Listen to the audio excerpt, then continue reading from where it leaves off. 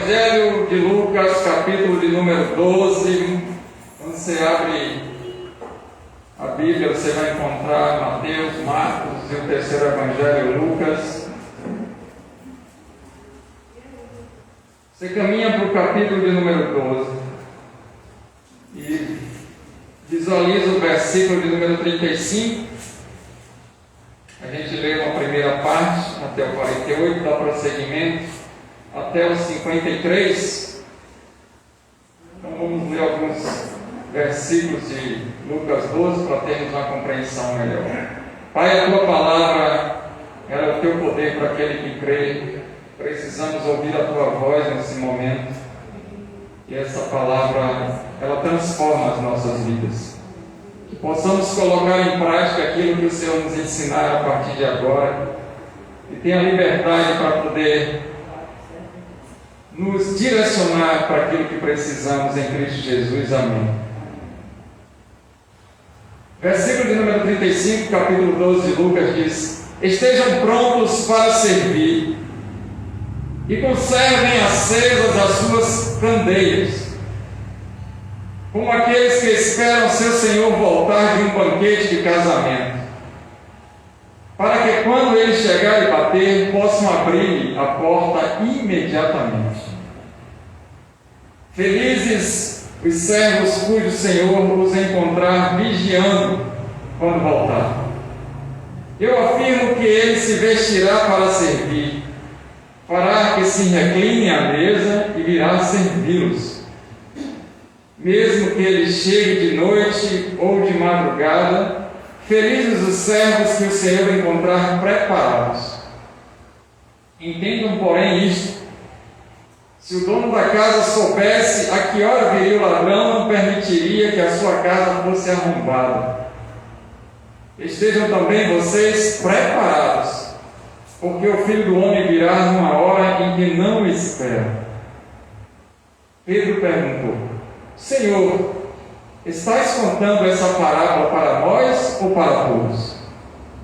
O Senhor respondeu: quem é, pois, o administrador fiel e sensato, a quem seu Senhor encarrega dos seus servos, para lhes dar sua porção de alimento no tempo devido? Feliz o servo a quem o Senhor encontrar fazendo assim quando voltar.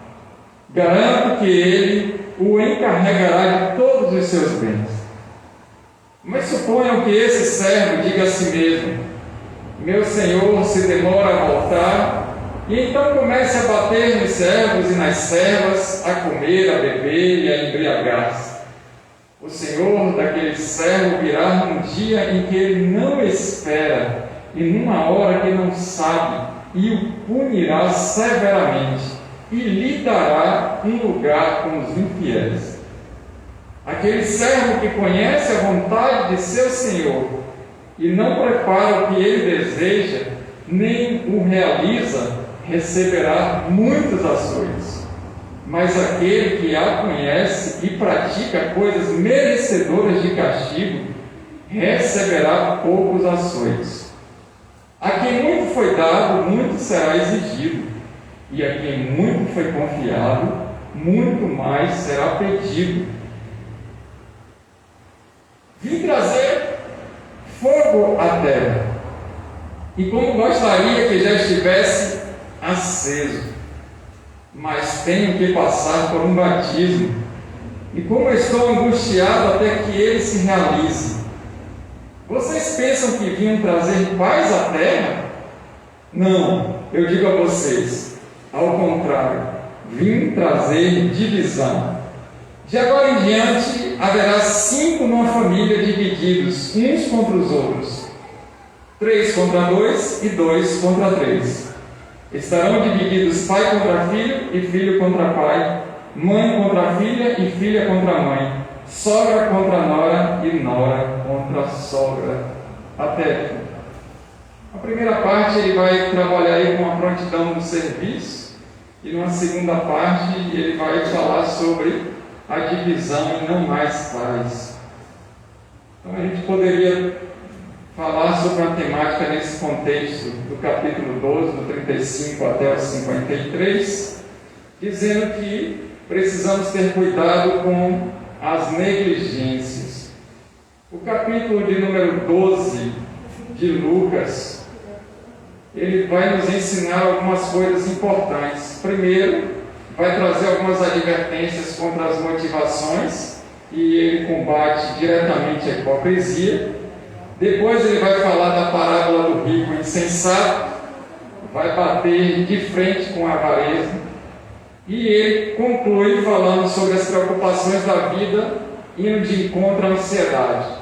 E é lógico que para finalizar esse capítulo, Jesus traz um ensinamento para todos que estavam ouvindo, e principalmente para nós da igreja, a importância da gente estar atento para não negligenciarmos aquilo que Cristo já conseguiu, e nesse caso aqui, iria conquistar para nós na cruz do Calvário. Então a nossa vida não pode estar uma vida dormindo, uma vida de descanso completo, uma vida apática, a par daquilo que Deus tem para nós. A gente precisa estar cuidando de possíveis negligências. E como ele traz todo esse contexto, ele vai finalizar mostrando para mim, para você, para todos nós e para a igreja do Senhor, que ele estaria ali formando através dos apóstolos. Futuramente nasce a igreja, o nome de cristãos. Jesus não funda o cristianismo, né? Existem religiões que existem fundadores dessas religiões, e quase todas no mundo têm seus fundadores, mas Jesus ele não funda o cristianismo, ele vem trazer um ensinamento de arrependimento, conversão e uma vida com Deus. Nós colocamos esse nome de cristianismo depois que a igreja é formada ali em Atos, e aquelas pessoas que serviam a Deus foram chamados de cristãos. Naquele momento, aqueles que serviam a Cristo, pequenos cristos. Mas enfim, ele traz uma notícia para que eu e você possamos não vacilar e não negligenciar a vinda verdadeira e de fato dele para buscar a igreja. E aqueles que estivessem dispersos, aqueles que estivessem dormindo, aqueles que estivessem com seus afazeres, e aqueles que estivessem desatentos com isso, certamente iriam ficar para trás. Então ele coloca uma situação: você acredita que Jesus pode voltar ainda hoje? Se sua resposta for não, precisa urgentemente se preocupar em estar conectado com as coisas de Deus para não ficar para trás. Precisa se preparar para a volta de Cristo. Se a pergunta que é lançada para mim e para você, ela tem uma resposta negativa, isso é emergente, urgente. Se ela tem uma resposta de dúvida, precisa trabalhar também rapidamente para não ficar para trás e Jesus não voltar e a gente estar despreparado. Esse é o contexto que a gente vai trabalhar a partir desse momento. Então, quando a gente lê aí dos versículos 35 a 40, existem alguns ensinamentos que eu quero compartilhar com vocês, que está relacionado com esperar e vigiar. Estamos esperando a volta de Cristo, amém. Mas dentro dessa espera, nós precisamos estar vigilantes. Ele já começa dizendo aqui, na versão internacional que eu tenho, uma ordenança. O versículo de número 35, ainda que sua tradução esteja um pouco diferente ou semelhante à minha, o contexto é para que nós possamos estar prontos para servir. Estar prontos para o serviço no reino. Então a gente não pode dizer que a gente ama a Deus se a gente não serve no reino. E uma das maneiras de servir no reino é servir na igreja local aonde você congrega. É lógico que aqui agora deixou de ser apenas a algo que a gente conhece para ser uma ordenança. Ou faz ou é pecado. Estejam prontos para servir. Não estejam despreparados para qualquer serviço. Ou não pense que não vai poder servir. Estejam prontos, preparados. E aí ele acrescenta, porque esse I aqui é um I de interseção. Na matemática não vai estar separado do contexto do que ele quer. Então ele diz, ainda que vocês estejam prontos e servindo, vocês precisam se conservar cheios do Espírito Santo, aceso a paixão pelas coisas do Rei, como aqueles que esperam o Senhor voltar no banquete de casamento. E aí ele reporta o casamento judaico, ele está ensinando no contexto dos judeus. E o noivo estava ali como um príncipe e a noiva como uma princesa. E é lógico que os pais, os reis, não iam deixar o noivo fazer todas as coisas, inclusive aguardar a esposa na porta de casa para servir. Iam colocar diversos servos para cada um desempenhar uma função, para que quando os dois chegassem no casamento, não somente a casa, mas o banquete e todas as coisas que eles precisassem estivessem em prontidão, estivessem preparados e que eles pudessem desfrutar o melhor quando retornassem para casa. Porque quando ele chegar e bater, está aí no versículo de número 36, aqueles servos pudessem abrir imediatamente e estar pronto para o serviço. Ele faz a comparação.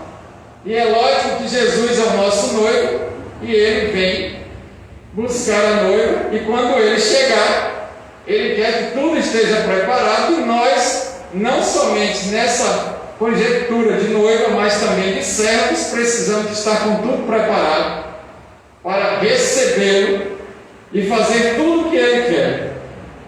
Então, como é que a gente vai estar preparado se a gente não está numa prática diária? Tudo aquilo que a gente não coloca em prática diária não se torna hábito, e a gente vai deixando para trás, vai negligenciando, e certamente a gente não vai estar fazendo. Daqui uns dias a negligência vira omissão, daqui a outros tantos dias nem se faz mais, nem se tem a importância de fazer nada.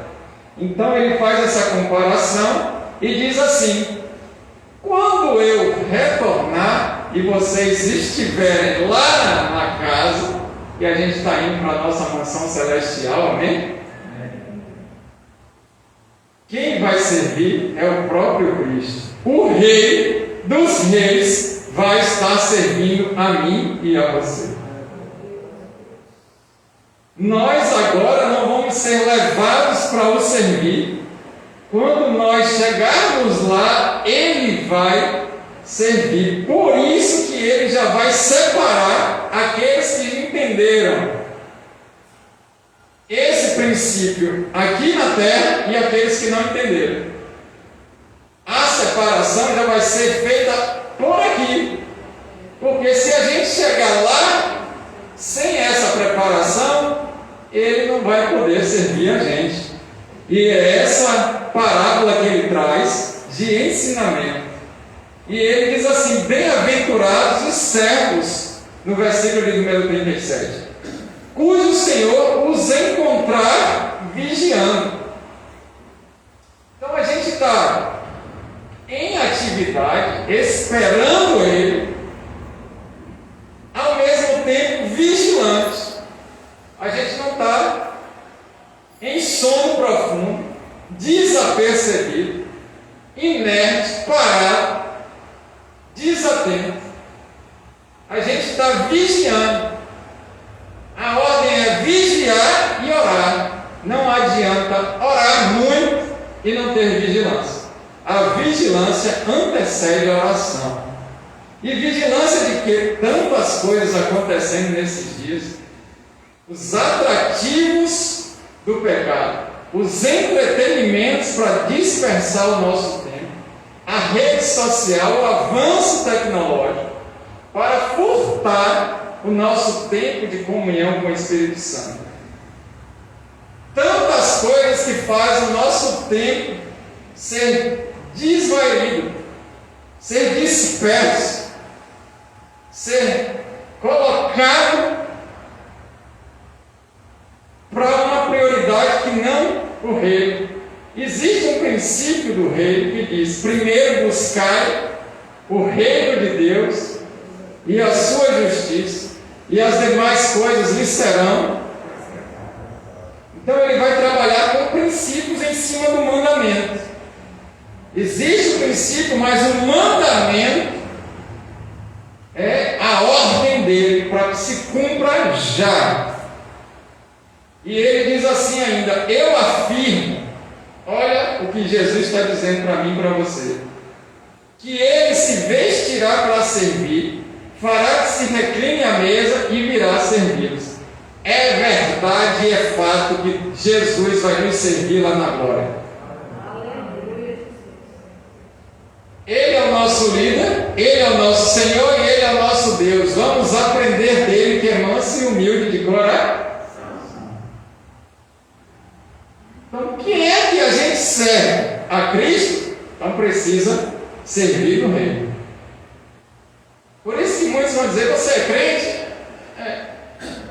Prova que você é crente. Eu sou crente porque eu vou para a igreja.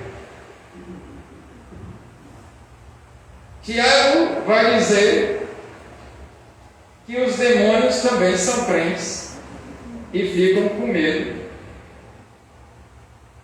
de não confessar a Cristo como Senhor.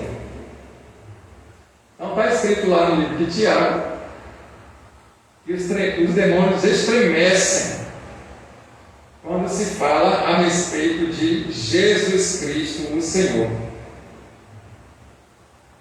Então, queridos, a gente precisa estar atento, porque Deus nos chama para esperar nele e vigiarmos nesses dias.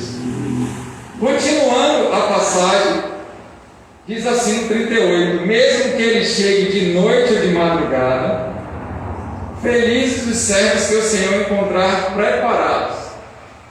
É lógico que ele realmente pode chegar ao pé da letra numa madrugada, mas aqui está dizendo o seguinte: ainda que tudo esteja em trevas, que o pecado tenha tomado todo mundo, que a sociedade esteja corrompida, que tudo seja escuridão profunda, mesmo assim vocês continuam sendo a luz do mundo e precisam estar vigilantes, atentos e acordados para as coisas dessa vida. Então, vigia, porque se Cristo volta e a gente nem orou de noite, pedindo perdão dos pecados do dia, na hora que ele voltar e tiver com pecado sem confessar, o negócio é estreito. Agora você também não vai entrar no fanatismo de ficar confessando o pecado confessado e confessando a confissão do pecado, a confissão do pecado confessado, confessou. É isso que ele está dizendo. Ele não está colocando a gente para ter transtornos. Ele está nos libertando, dizendo que a gente precisa estar vigilante e atento com os princípios, porque Ele é um Deus que nos salvou para sempre e quer que a gente esteja prontos para o serviço no reino. A quem enviarei e quem poderá ir por mim? Isaías recebe uma revelação profética e Deus pergunta para mim e para você nesse momento: eu posso contar com você para fazer as coisas do reino? Eu posso enviar você aonde eu quiser? Eu posso fazer a sua vida de acordo com a minha vontade, não com a tua? Eu posso te colocar para trabalhar dia após dia, vida para glorificar o meu nome? Então a gente vai começar a transitar agora da espera e vigilância para o momento de trabalho. Mas vamos encerrar com o versículo 40, essa primeira parte de esperar e vigiar, que diz assim: estejam também vocês preparados, porque o Filho do Homem virá numa hora em que não espera.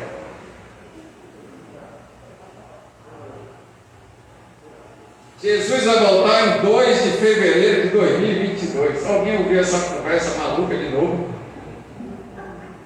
Porque os números são iguais e aí os astros estão posicionados. Que dia é hoje? Hoje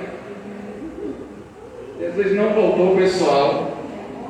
E eu te digo que vocês estão na seita, caiam fora disso aí. É o dia e a hora que ninguém sabe.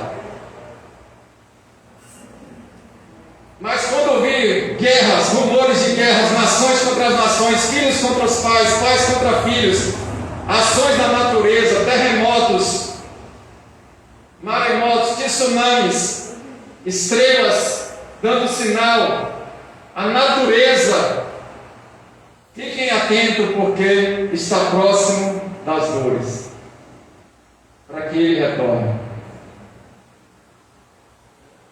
Eu não acredito que minha pequena ela vai morrer fisicamente. Eu acredito que ela vai ser arrebatada. Eu não sei você, mas eu não acredito que tenhamos mais muito tempo, por toda uma conjectura que existe e toda uma configuração para a volta de Jesus rapidamente acontecendo dia após dia. Por isso que ele diz: fiquem atentos, porque quando voltar, vocês não estejam num sono profundo de morte espiritual. Estejam preparados para a volta de Jesus. Aleluia. E essa volta para alguns pode ser algo não esperado. Quem está livre de algum acidente, Deus me livre, pastor, está repreendido. E se Jesus resolveu buscar a gente dessa maneira? Quando a gente lê a Bíblia, diz que alguns profetas morreram, que o rei mandou matar, porque ficou de uma doença que geraria morte. Então, Deus é soberano para saber como é que a gente vai partir para a eternidade. É lógico que eu não morrerei enquanto as promessas não se cumprirem. Moisés que diga. Essas músicas gospel que a gente ouve por aí não tem fundamentação bíblica. Vocês não vivem de música gospel. Vocês vivem das Escrituras Sagradas, a palavra de Deus. Amém. Tu és fiel, Senhor, fiel a mim. Fiel a mim? Deus nunca foi fiel a mim nem a você. Deus é fiel à palavra. Se a gente estiver de acordo com a palavra, aí ela se cumpre aquilo que Deus quer para mim e para você. Amém? Então, cuidado com aquilo que a gente está ouvindo. Isso é vigilância para que a gente não aprenda teologia bíblica através de músicas gospel. Começa então o versículo de 41, que vai até o 48. Se ele já estava dizendo para a gente estar pronto para o serviço e vigilante para as coisas de Deus, imagine agora que ele está falando assim. Depois que Pedro vai perguntar no 41, vamos ler o que Pedro perguntou. Senhor, está contando essa palavra para nós ou para todos? O negócio é conosco, que somos discípulos, é para todo mundo. E aí Jesus respondeu o seguinte: quem é o administrador fiel e sensato? Não é um idiota, não é um tolo, é uma pessoa prudente, sensata, que aquele senhor encarrega algo para poder fazer, dá o alimento devido e quer que encontre aquela ordem pronta. Bem-aventurado, no versículo 43, é o servo que o Senhor encontrar fazendo assim quando voltar. Então, quando Jesus voltar, Ele está esperando que a gente esteja cumprindo o ministério que Ele chamou para mim e para você. E aí Ele não só fala de igreja local como um ministério para todos nós, que o nosso ministério como igreja local é resgatar as vidas e restaurar essas vidas. Resgatar famílias e restaurar essas famílias. Resgatar sonhos e restaurar sonhos através da palavra de Deus. Resgatar aquele que está perdido e restaurá-lo. Agora, o ministério individual é o que Jesus está falando aqui. Feliz é o servo que ele encontrar no exercício do chamado, porque muitos são chamados, mas pouco. O exercício do chamado quer dizer que a gente está escolhido para as coisas de Deus. A gente tem certeza que somos salvos quando a gente está no exercício do chamado. Porque ninguém vai fazer nada se não tiver certeza da salvação. A gente pode estar trabalhando na igreja local sem amar a Jesus, sabia disso?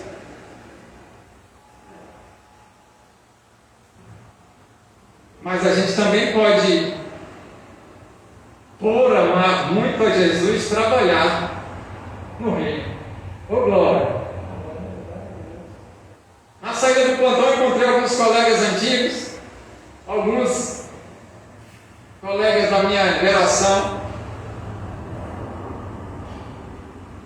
e um deles, inclusive, é vereador, homem sério, honesto, diferente de muitos. E a gente conversando muitas coisas, eu falei assim, sem hipocrisia, por que a gente veio para o plantão? Foi para ajudar as pessoas, foi para cuidar delas. A gente deixou tudo que a gente tinha em casa e a gente veio para o plantão porque a gente gosta muito disso. Aí parou, as outras duas também. Eu falei, a gente não veio para isso. Mas aqui dentro, a gente vai fazer o melhor e a gente trabalha com excelência, num cuidado para poder as pessoas ficarem bem. Nós vemos porque nós temos outros interesses. Então a gente pode vir para a igreja sem interesse de amar a Deus. Por isso é que minha oração é que Deus traga para congregar e esteja nos cultos aquele que vem adorar em espírito e em verdade. Eu e você estamos nessa casa hoje porque Deus olhou e viu que a gente estava com o coração disposto em adorar em espírito e em verdade. Alguns estão trabalhando, outros estão viajando, outros estão em escala. Não puderam estar aqui porque estão fazendo uma missão específica que Deus enviou, inclusive, nesses locais de trabalho, amém? Mas alguns que não estão aqui é porque não estavam querendo adorar a Jesus em espírito e em verdade. Isso é fato. Fiquemos vigilantes com os últimos dias.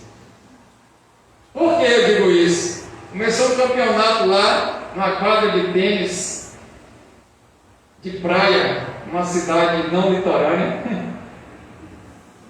na frente da minha casa.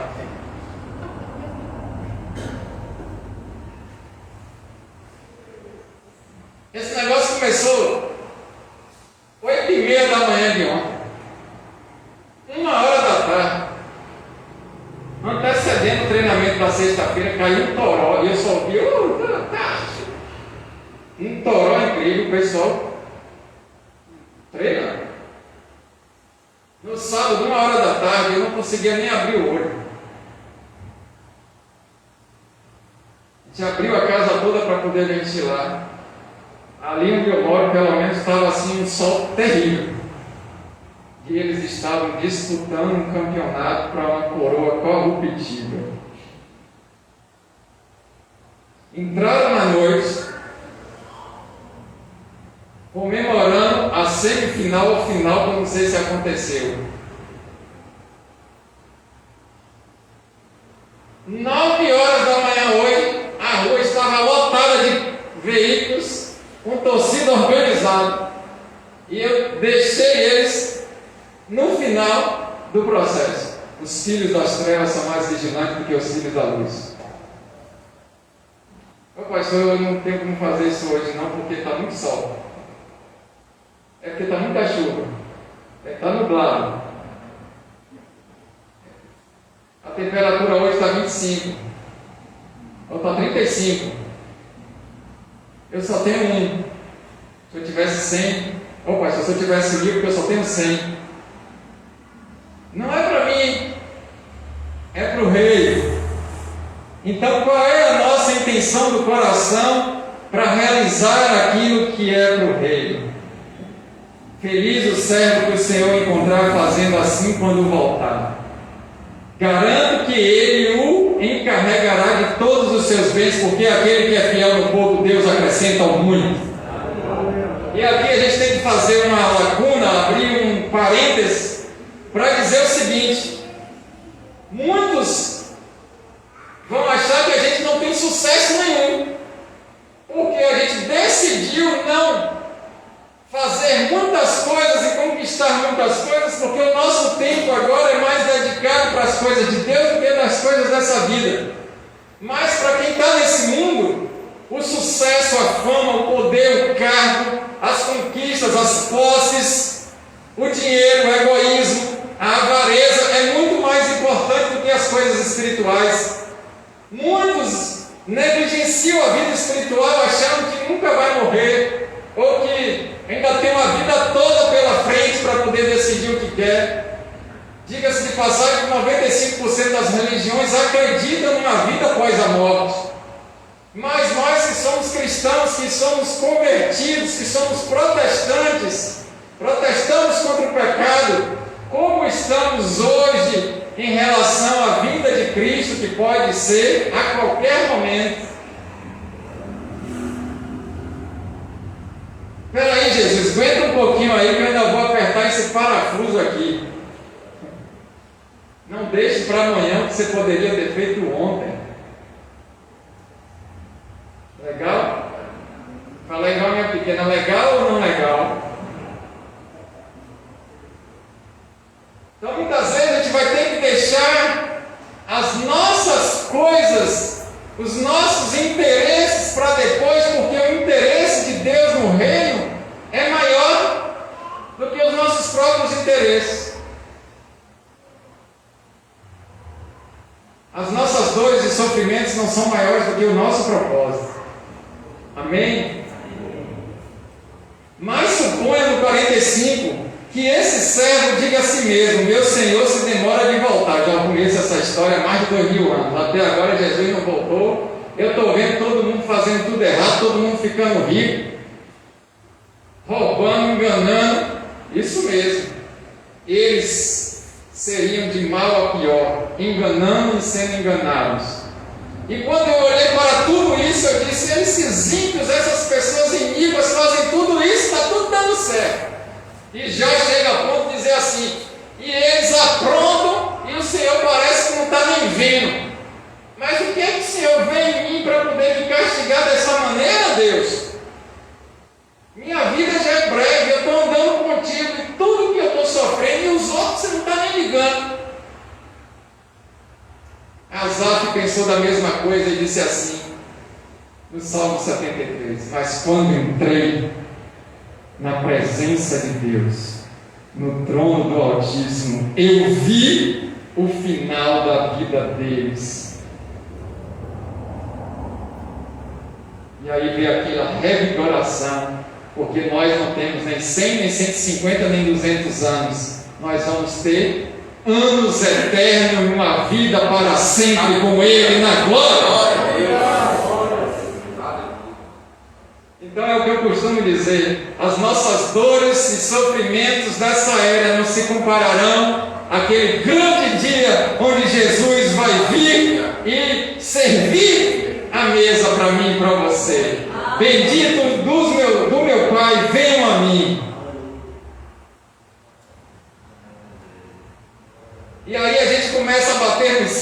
espancar as servas, comer demais, beber demais, andar embriagado, tonto com o pecado, entorpecido com as coisas desse mundo, começa a fazer um bocado de coisa que não era para fazer. Está aí no versículo 45. O Senhor daquele servo virá num dia, versículo 46, em que ele não espera e numa hora que ele não sabe. Olha que perigo! Jesus não vai voltar agora não. De hoje para daqui a 2 meses. A ponto de Jesus contar uma parábola dizendo que existia um homem que era muito rico, tinha muitos celeiros e muitas coisas ele guardava ali. Então ele olha para a fazenda e diz: eu vou mandar armar outros celeiros, arrumar isso tudo, e vou colocar todo o trigo, colocar tudo que eu estou produzindo e armazenar aí. E ele fica pensando nessas coisas, como é que ele pode aumentar as riquezas, os bens e tudo. E Jesus diz assim: louco! E se hoje Deus te chamar para comparecer no tribunal, o que você vai apresentar diante dele? Que adianta ganhar o mundo todo e perder a nossa alma? E aí o versículo 46 finaliza dizendo assim, e lhe dará um lugar com os infiéis. Infiéis. Inferno. Fale comigo. Infiéis. Inferno. Não esqueça mais disso. Essa palavra então é para o crente ou para o descrente? Essa palavra é para todos ou só para nós, Jesus? Aquele servo que conhece a vontade, versículo 47, de seu Senhor, e não prepara o que ele deseja, nem realiza, receberá muitos. É para a igreja também. Aquele que é servo, aquele que foi chamado para cumprir alguma coisa, e foi encontrado disperso, e não no exercício do chamado, prepara o lombo. Agora olha que maravilha da palavra de Deus, Ele é um Deus de misericórdia. Aqui está falando que a gente perde a salvação? Está falando que vai receber o quê? Açoite. Não vai atrapalhar a salvação com aflição. Quem foi que conquistou sua salvação? Foi Bispo Léo, Pastora Eva, presidente dos Estados Unidos da América do Sul, o ministro da Economia do Estado Democrático Comunista. Estou falando qualquer coisa que nem existe, para ninguém nem dar dislike hoje, para não cair a mensagem. E tudo agora, eu não gostei, cancela.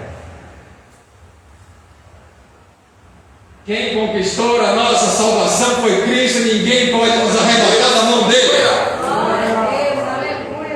O que ele está dizendo é o seguinte: se não estiver fazendo o que eu enviei para fazer, vai sofrer muito, vai ter muita decepção, e prepara as costas e as canelas para a disciplina.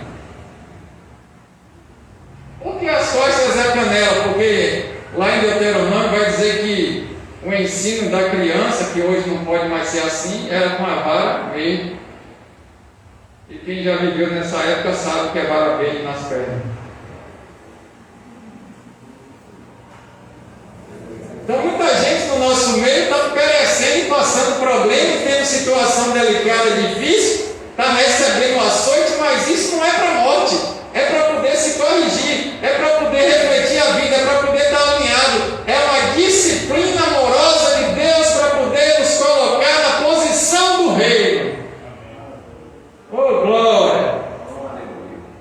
Amém? 48. Mas aquele que não conhece, agora ele está falando de quem? Do ímpio. Daquele que não conhece a Deus, que não tem relacionamento com Jesus, que não tem intimidade com o Espírito Santo, que não fez aliança com Cristo, que não se converteu. Mas aquele que não a conhece e pratica coisas merecedoras de quê? Castigo. Receberá poucos. Olha só agora. Quer dizer que quem está no mundo recebe menos açoite do que aquele que está na igreja, pastor? Ele recebe menos açoite, mas ele está caminhando para onde? Para o inferno. Por isso que Asaf falou: quando eu entrei diante da tua presença, eu vi o final deles. Porque quando a gente compara a nossa vida, como Jó fez com eles, parece que eles não estão passando por essa dificuldade que a gente está. Parece que tudo está dando certo para eles. Parece que é só a gente que sofre. Parece que é só a gente que tem dores. Parece que tudo está acumulado para a gente, não para eles. É ou não é? É, pessoal. A maioria, vão ter exceções, não é uma regra. Mas ele recebe poucas açoite porque o caminho dele já é o quê? Uma vida de morte espiritual para sempre. E quem muito foi dado, muito será. E quem muito foi confiado, muito mais será perdido. O que foi que Deus confiou a você? O que é que Deus tem te pedido nesses dias? E o que é que Jesus confiou para você fazer? O que foi que Ele nos deu? E o que é que a gente está multiplicando com aquilo que Ele nos deu? E aqui não está falando de cargos e oficiais da igreja. Não é porque ele é diácono, não é porque ele é pastor, é porque ele é evangelista. Está falando disso. Porque senão ele ia dizer logo: não, peraí, essa parábola aqui é só para vocês apóstolos. E ele não. Ele fala para todos os discípulos, para aqueles que são crentes, para os descrentes, e aí ele separa o justo em Cristo e o ímpio. Amém?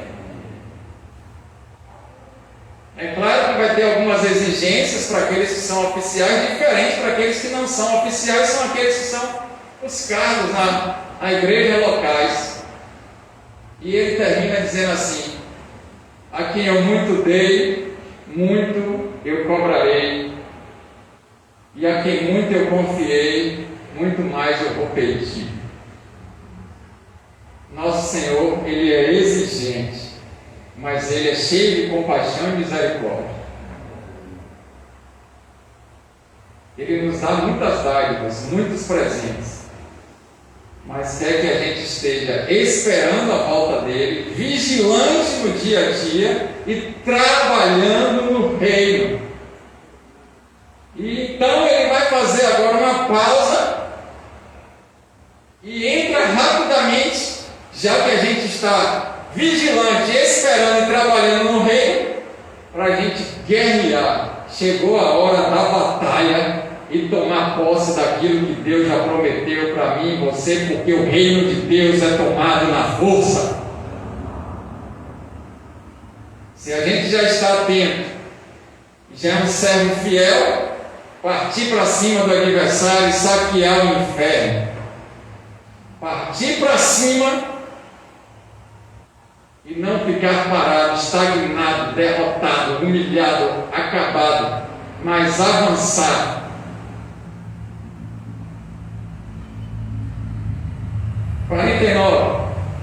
Vim trazer fogo à terra, e como gostaria que já estivesse aceso. Era para estar, todo mundo afoito, cheio, transbordante do Espírito Santo de Deus,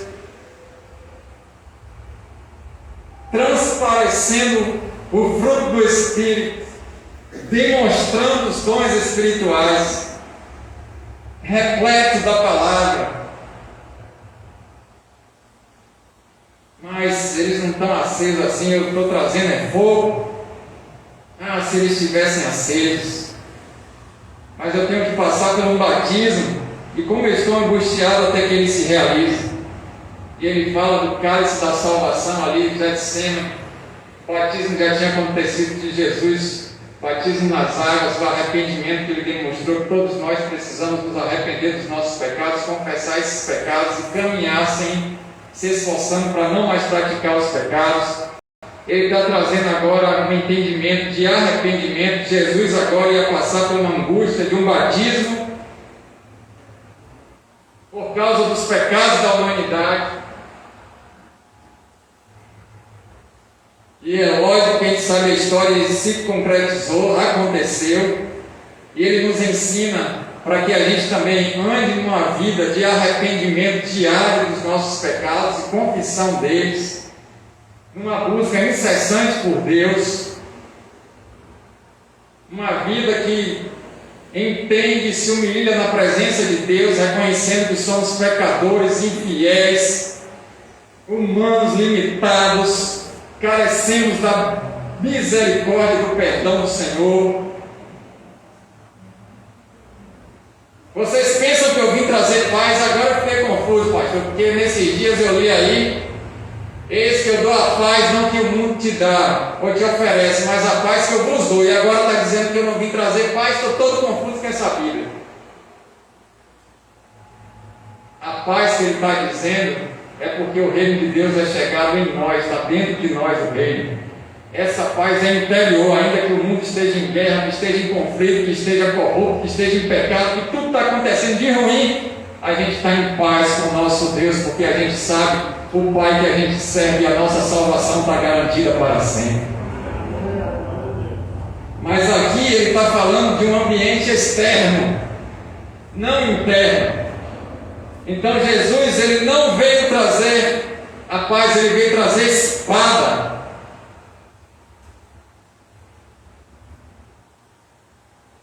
Não, eu digo a vocês, ao contrário, eu vim trazer separação daqueles que são chamados, daqueles que não são, daqueles que são convertidos, daqueles que não são, daqueles que amam a Deus, daqueles que não amam, daqueles que se converteram e fizeram aliança, daqueles que não têm aliança. Vim trazer divisão. 52. Olha só que ele apresentou um fogo. Tem um fogo.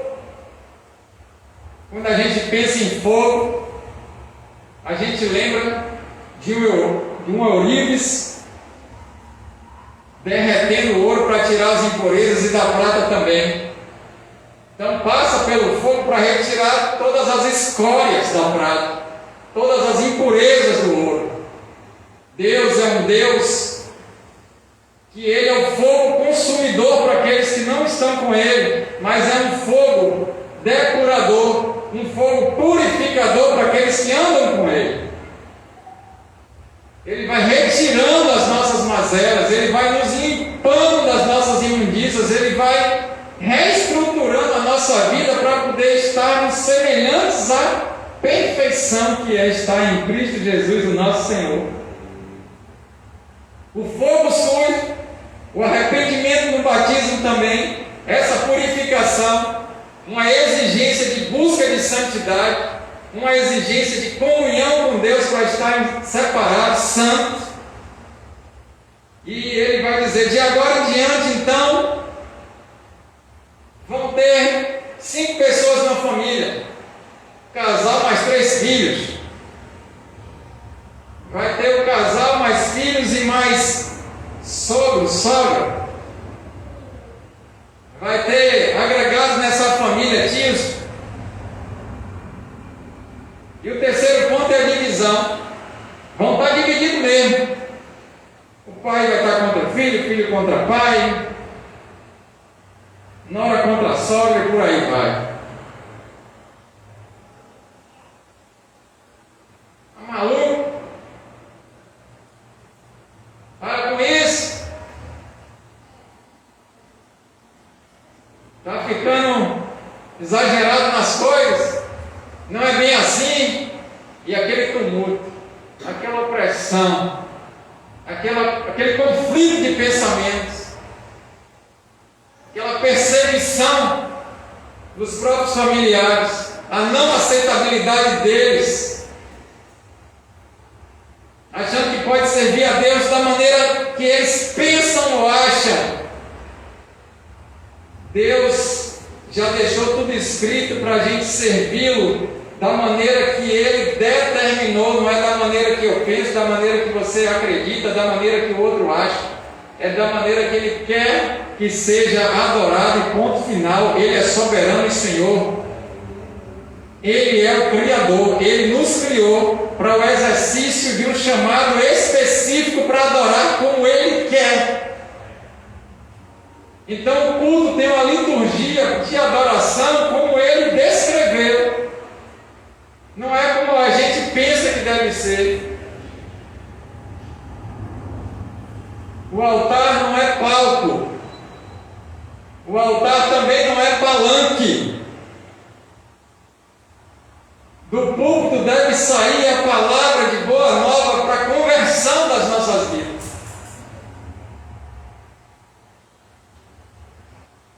Então, quando a gente para refletir sobre essas coisas, a gente ganhou foi um bocado de inimigo, e esses inimigos começaram dentro da nossa própria casa.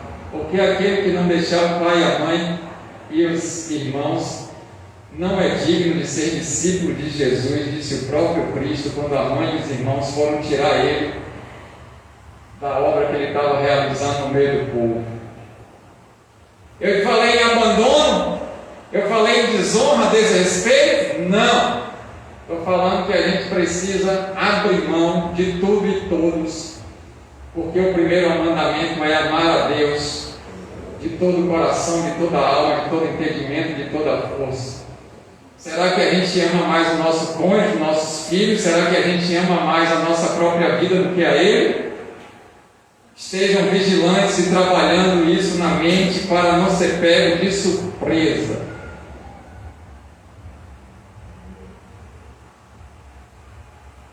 Aí Paulo disse: você que é solteiro, não vai inventar de se casar não, porque senão você vai estar dividido. Tem que arrumar a casa, tem que cuidar da esposa, vai ter que cuidar das coisas do marido, vai ter que cuidar de filho. Agora isso não é mensagem de Deus não. Eu estou dando um conselho, você segue se você quiser.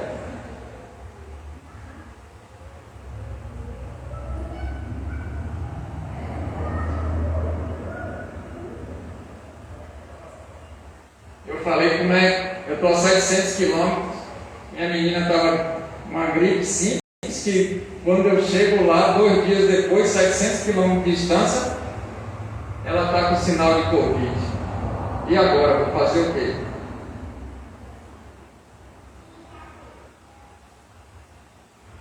Volta para casa. O princípio é: aquele que não cuida dos seus não pode cuidar das coisas de Deus. Esse é o princípio, mas o mandamento é qual? Ah, é? Então o mandamento está acima do princípio. O princípio tem que estar relacionado com o mandamento. Então você volta para casa porque você ama mais a sua esposa e sua filha do que a mim? Pode voltar. Foi isso que o Espírito Santo falou comigo. Quando você chegar em casa, ela vai estar curada. E você vai se arrepender porque você não cumpriu aquilo que eu mandei. Passa 48 horas e a menina piora. Eu falei: mas o Senhor não disse que está curado se você voltasse para casa, você não voltou. Agora eu vou trabalhar na sua fé. Os irmãos que estavam comigo sabem que eu não conseguia às vezes nem sair do quarto de manhã. E Deus falou: estou tirando o seu ídolo a partir de hoje. Sua esposa e sua filha não são maiores e melhores nem prioridade do que eu. Confessai os pecados uns para os outros para serem curados. Não sou melhor do que vocês, sou ser humano limitado. E Deus foi lá dentro naquele ídolo que estava escondido, que eu mesmo não sabia, e Ele quebrou. E ela está curada para a glória de Deus. E vacinada agora completo. E depois de um furona não tem mais como pegar nada nesses dias, eu creio.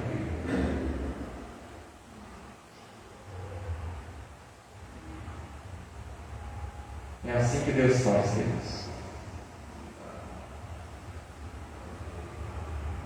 Contei uma história recente minha, que às vezes você até pensou, como é que o pastor deixou a esposa sozinha com a filha, aí foi fazer prosélitos, foi abrir placa de igreja. Não fui abrir placa de igreja, fui cumprir um mandamento. Deus trabalhou mais na nossa vida do que com as pessoas que a gente estava. A gente foi exercer algo e voltou restaurado, resgatado, reanimado. Deus nos redimensionou. A gente pensou que estava indo fazer algo, mas na realidade era Ele que estava fazendo algo conosco. Aleluia. Glórias a Deus. Se você entendeu a mensagem, é tempo da gente renovar nossa aliança com Cristo. Se você não tem aliança com Cristo, é tempo também de fazer sua aliança. Você não sabe se você